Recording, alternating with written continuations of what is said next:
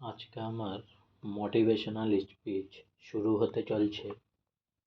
চলুন motivational speech শুরু করা যাক। হিরে ছড়ানো ক্ষেত, এক প্যাচ অফ ডায়মন্ড। আফ্রিকায় এক কৃষক সুখী ও পরিতৃপ্ত জীবন নির্বাহ করত। সে সুখী কারণ তার যা ছিল তাতেই ছিল সন্তুষ্ট। আবার সে সন্তুষ্ট ছিল বলেই সুখী ছিল। একদিন একজন বিজ্ঞ ব্যক্তি তার কাছে হীরের মহিমা কীর্তন করে হীরের ক্ষমতা সম্পর্কে অনেক কথা বললেন। তিনি জানালেন, তোমার যদি বুড়ো আঙ্গুলের আকারে একটি হীরে থাকে তবে তুমি একটা শহরের মালিক হতে পারবে। আর হাতের মুঠির আকারে একটি হীরে থাকে তবে সম্ভবত একটা দেশের মালিক হতে পারবে। এ বলে বিজ্ঞ ব্যক্তিটি চলে গেলেন, কিন্তু সেই রাত্রে কৃষক আর ঘুমাতে পারল না। তার মনে সুখ ছিল না, কারণ হীরের অভাবে সে অতৃপ্তির বোধে পীড়িত। অতৃপ্ত বলেই সে অসুখী। পরদিন থেকে কৃষক তার কামার বাড়ি বিক্রি করার জন্য তোড়জোড় শুরু করে দিল। শেষ পর্যন্ত সমস্ত বিক্রি করে তার পরিবারকে একটি নিরাপদ জায়গায় রেখে সে বেরিয়ে পড়ল হীরের খোঁজ করতে।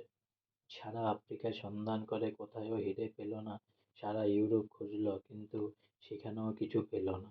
যখন স্পেনে পৌঁছল তখন সে শারীরিক, মানসিক, এমনকি অর্থনৈতিক দিক থেকে সম্পূর্ণ বিপর্যস্ত। চরম হতাশাগ্রস্ত হয়ে অবশেষে বার্সিলোনা নদীতে ঝাঁপ দিয়ে সে আত্মহত্যা করল।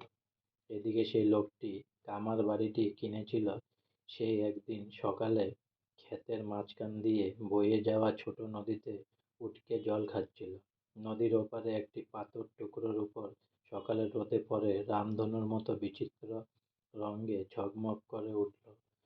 বসার ঘরের টেবিলের উপর পাথরটি বেশ ভালো দেখাবে মনে করে লোকটি পাথরটি কুড়িয়ে নিয়ে বাড়ি ফিরল। সেদিন বিকালে সেই বিজ্ঞ ব্যক্তিটি বাড়িতে এসে টেবিলের উপর ঝকমকে পাথরটি দেখে জিজ্ঞেস করলেন, হাফিজ কি ফিরে এসেছে? হাফিজ ছিল পুরনো মালিকের নাম। কামার বাড়ির নতুন মালিক বললেন, না, কিন্তু একটা জিজ্ঞেস করছেন কেন?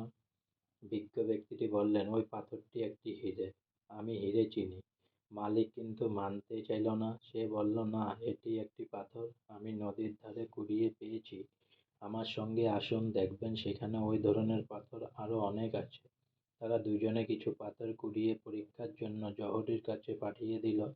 পাথরগুলি হীরে। দেখা গেল সমস্ত ক্ষেতটিতেই এক একের পর এক জুড়ে অজস্র হীরে ছড়ানো আছে। এই গল্পটি কি নীতি শিক্ষা দেয়? এই গল্পটির থেকে 5টি শিক্ষা পাওয়া যায়। হাতের কাছে সুযোগটিকে যথার্থভাবে সদ্ব্যবহার করাই সঠিক মনোভাব। এক একরের পর একের বিস্তৃত হীরে ভরা ক্ষেতটি ছিল হাতের কাছে সুযোগ। সোনার হরিণের সন্ধানে না ছুটে সঠিক দৃষ্টিভঙ্গি দিয়ে প্রাপ্ত সুযোগের সদ্ব্যবহার করা উচিত। 2 নম্বর, নদীর অপর পারে ঘাসকে অনেক বেশি সবুজ মনে হয়, দূরবর্তী সম্ভাবনাকে মানুষ অনেক বেশি উজ্জ্বল মনে করে। 3 নম্বর, প্রাপ্ত সুযোগকে কাজে না লাগিয়ে যারা শুধু সম্ভাবনার স্বপ্নে বিভোর থাকে তারা জানে না যে আর একজন ওই সুযোগটি পাবার আশায় উন্মুখ হয়ে আছে। সে খুশি হবে ওই সুযোগটি পেলে।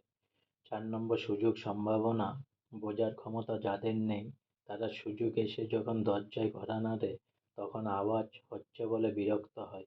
5 নম্বর, একই রকম সুযোগ দুবার আসে না। পরবর্তী সুযোগ হয়তো বেশি ভালো হবে কিংবা খুবই কষ্টসাধ্য হবে, কিন্তু একই রকম হবে না। আজকে আমার মোটিভেশনাল স্পিচ এখানেই শেষ হলো। তাই অনেক অনেক লাইক করুন, অনেক অনেক সাবস্ক্রাইব করুন প্লিজ।